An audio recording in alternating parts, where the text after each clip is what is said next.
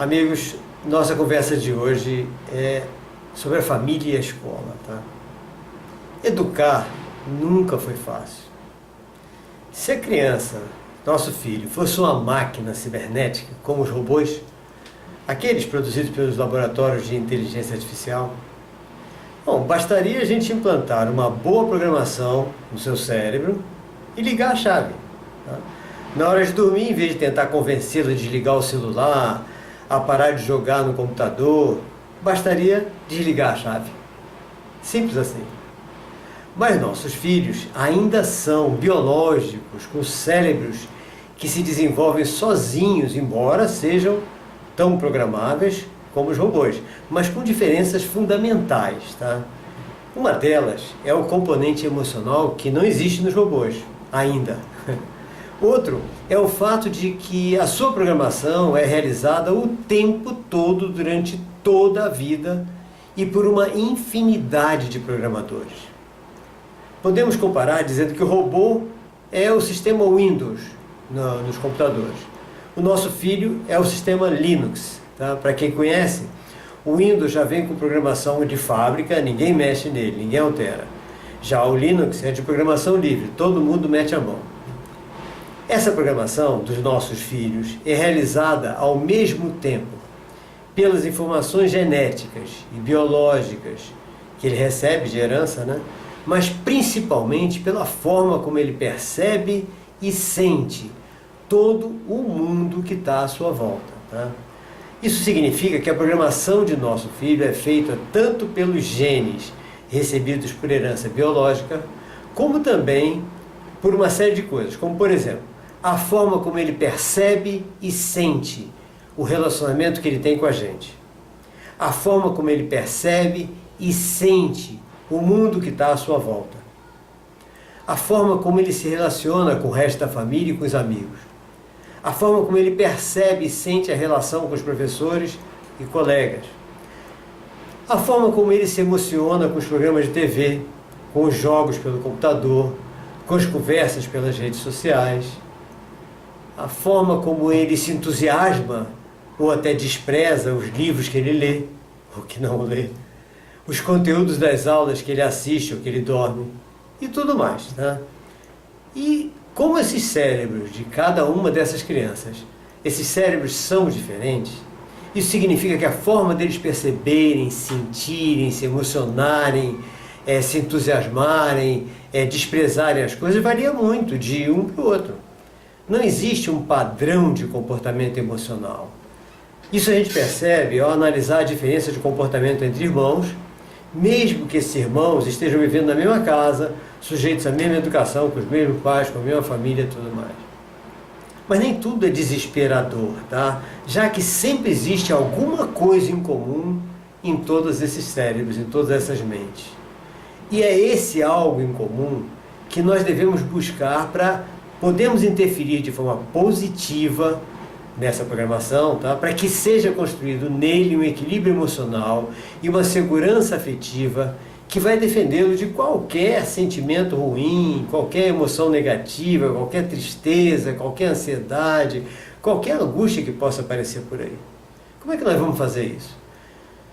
Primeiramente, vamos fazer uma aliança entre a família e a escola. Por quê? Nós sabemos que a parte da educação em casa é diferente da parte da educação na escola, mas são áreas complementares. Uma não funciona direito se não tiver a outra.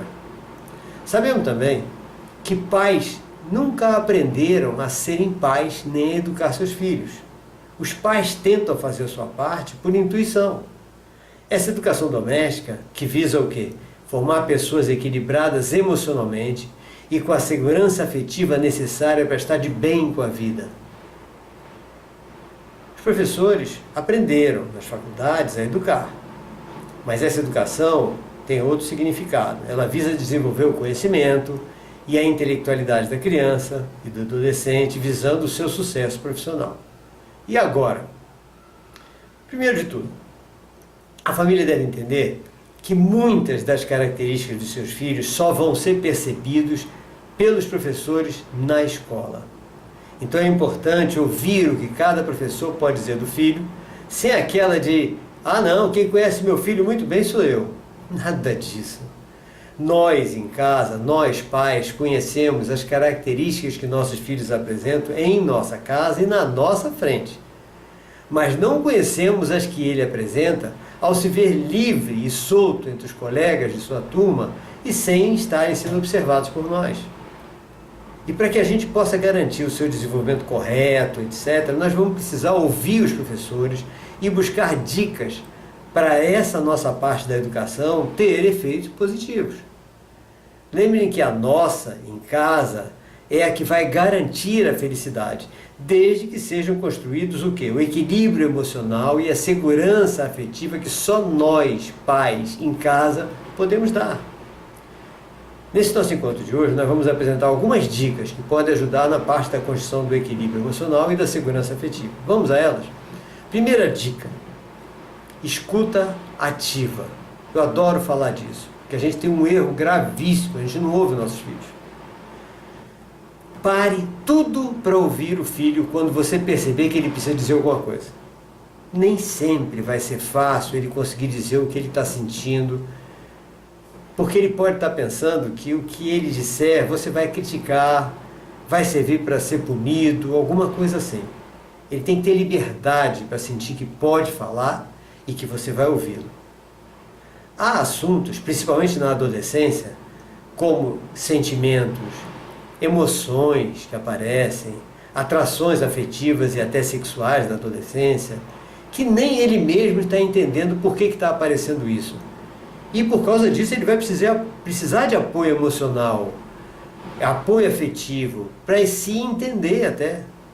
Então a escuta ativa significa escutar e estimulá-lo a falar ainda mais e com mais liberdade ainda tudo que ele está sentindo, sem que ele precise medir palavras, sem que ele precise esconder seus verdadeiros sentimentos, suas emoções.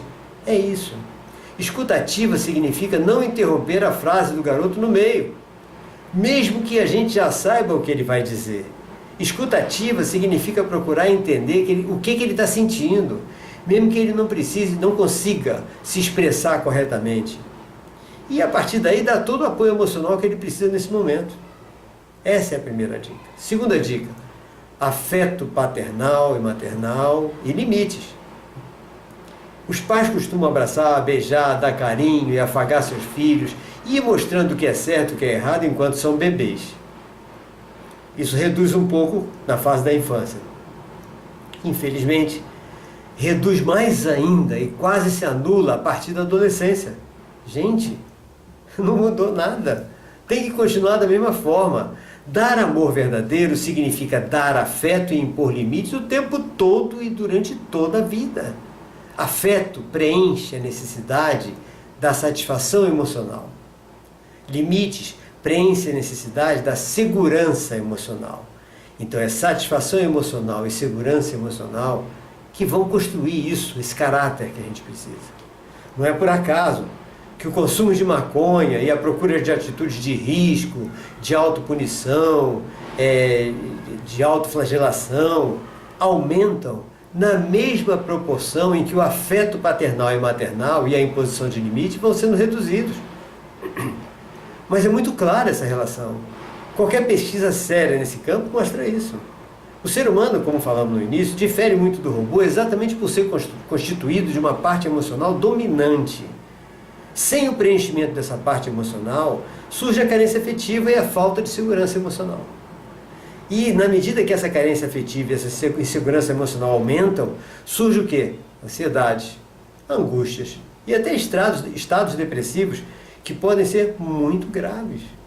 Então, a afetividade e os limites no relacionamento entre pais e filhos devem ser constantemente praticados, para que não sejam deixados espaços em branco mal preenchidos e que vão acabar dando margem a serem preenchidos por influências negativas, destruidoras.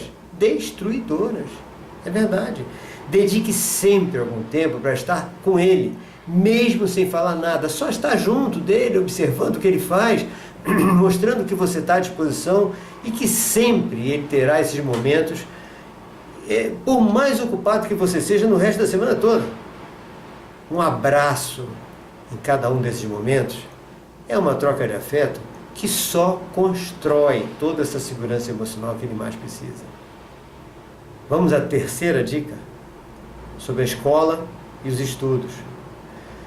Não pergunte de aulas, provas, notas, nada disso, tá? Se ele falar, tudo bem. A conversa diária após as aulas deve incluir apenas um tipo de pergunta. Meu filho, me diga o que você tem aprendido. O que você aprendeu hoje? Me mostre o que você tem descoberto nos estudos. O que você viu de novo? O que você está conseguindo produzir nos trabalhos? Tá? Me ensine algo interessante que você aprendeu. Afinal, muita coisa nova que você deve estar estudando, eu não sei ainda. E sempre que perceber algum erro, ou uma preocupação em ter errado, ter ido mal numa prova, alguma coisa assim, mostre que se ele errou alguma coisa, tá? Erro faz parte. Os nossos comentários têm que ser sempre estimulantes. Por exemplo, mas você quase acertou. Você está quase chegando lá. Daqui a pouco você vai estar dominando o assunto. Errar, meu filho, faz parte do processo de aprendizagem. A gente errando, a gente vai lembrar disso o resto da vida, não vai errar mais. Se você perguntar por notas, o que vai acontecer? Ele vai passar a se preocupar apenas com notas, não por aprendizagem. Tá? E a cada fracasso vai vir uma ansiedade tremenda, a cada nota baixa, aliás, que pode levar a angústias e em seguida todas essas atitudes destruidoras buscando uma compensação pelo erro ou uma autopunição por ter fracassado. Então, entenderam isso? Observação importante, importantíssima, é a realidade muito frequente hoje de pais separados. Se os pais forem separados, tudo isso que nós comentamos tem que ser feito por cada um dos dois. E mais, o mais importante de tudo, quando os pais são separados, um não deve jamais falar mal do outro, ele só deve se referir ao outro as qualidades que o outro tem. Tente buscar, por pior que seja o marido, por pior que seja a esposa, que você separou, sempre tem alguma qualidade, fale só dessas qualidades. Para seu filho, só existem as qualidades do outro cônjuge. Isso é super importante porque ele precisa gostar e sentir amor pelos dois, e nunca apenas por um, e jamais ser levado a desprezar o outro. Concluindo então o nosso encontro de hoje, primeiro, dedique tempo para ouvir seu filho, mostre que ele pode dizer tudo o que sente, sempre que desejar, sem ter receio de ser mal entendido, nem de ser criticado. Abrace seu filho sempre, mostre sua preocupação com sua segurança, sua saúde, sua felicidade. É por isso que você quer saber onde ele vai, com quem vai, o que faz, porque você sente amor por ele, amor de verdade. Estimule-o a querer aprender cada vez mais, independente de notas, provas, resultados, etc. Erros fazem parte do aprendizado. Aprenda isso, você também. E ajudam a construir o sucesso com mais segurança. E pode ter certeza de que, agindo assim, nós vamos resgatar para nosso filho o amor que ele precisa sentir por ele mesmo, a autoconfiança, a satisfação e a segurança emocional que só vão dar como resultado o que? Felicidade para ele e para nós. Ok, gente? Um forte abraço em todos vocês e até o nosso próximo encontro.